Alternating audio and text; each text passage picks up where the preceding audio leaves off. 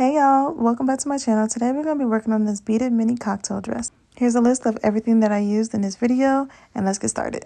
I used my full body dress form to drape out the desired bodysuit for my client. I did only drape on one side of the body form because there's no reason to drape the full thing when you can do one side and just copy and paste to the other. The beautiful thing about these dress forms is that you can add padding to it to get the shape that you need for your client if you're going the custom route and drafting new looks for each client. Here you can see that I'm just pinning the garment together, leaving a 1/2 inch seam allowance. Remember that every line that you make is your seam allowance, so you want to make sure that your seams make sense and that it's not like just unnecessary crazy seams, because then it's gonna look unnecessarily crazy on your client.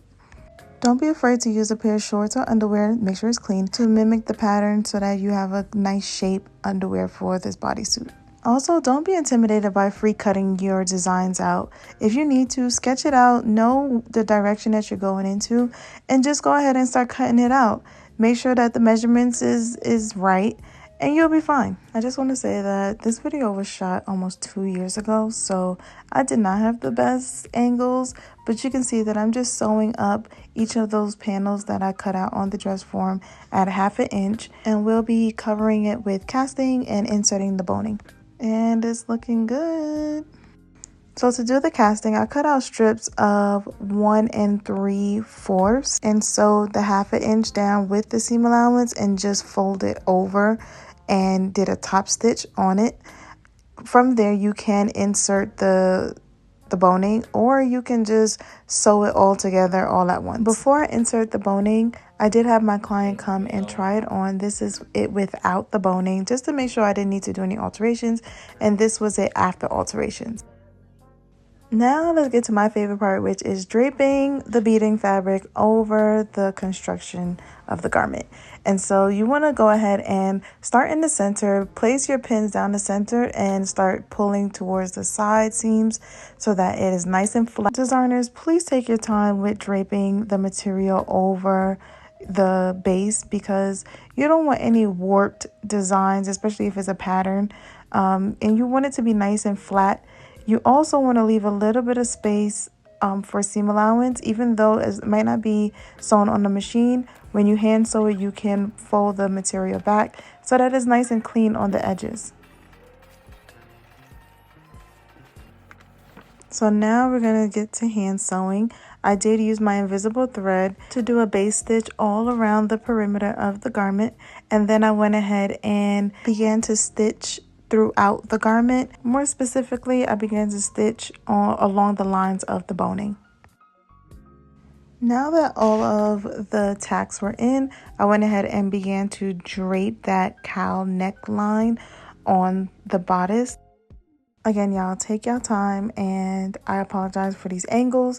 Like I said, this was taken 2 years ago, so I didn't have the best angles for y'all, because honestly, I was recording for myself, not necessarily thinking about posting it. So I'm not going to fast forward through this process, because I do want y'all to see how exactly I draped this top. I did go ahead and I started with one side, went back to the center, then I went to the next side, just so that the pleats are even. And so you want to make sure that you're pinning in the center and also pinning as you go, just so that they stay in place. I also like to just pull, once I have one side pinned down, I like to just pull to the next side so that I can see where the pleats are naturally falling.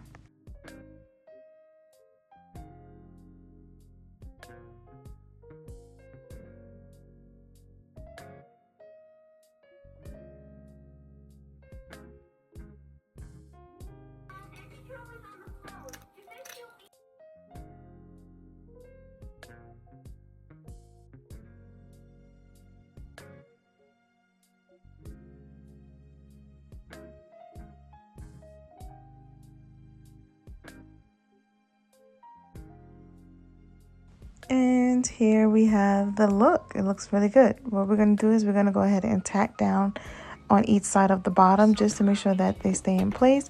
And you can run your clear thread through it just so that the pleats stay as well. So now we're going to get started with the skirt. You want to go ahead and grab a good amount of fabric so that you can drape and not end up being short on any of the sides. This one did have a split in it, so that's why you see it's going to be a little open on the left hand side.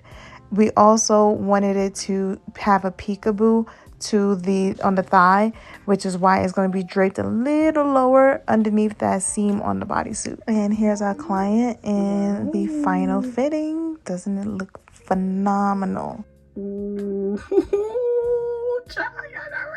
Now this was her right before she left for her birthday dinner, and I will post the photos from her birthday dinner at the end of this video. I hope this tutorial helped you, and if you have any other requests, please let me know and I will be sure to add it to my list of tutorials. Thanks for watching, and until next time, God bless.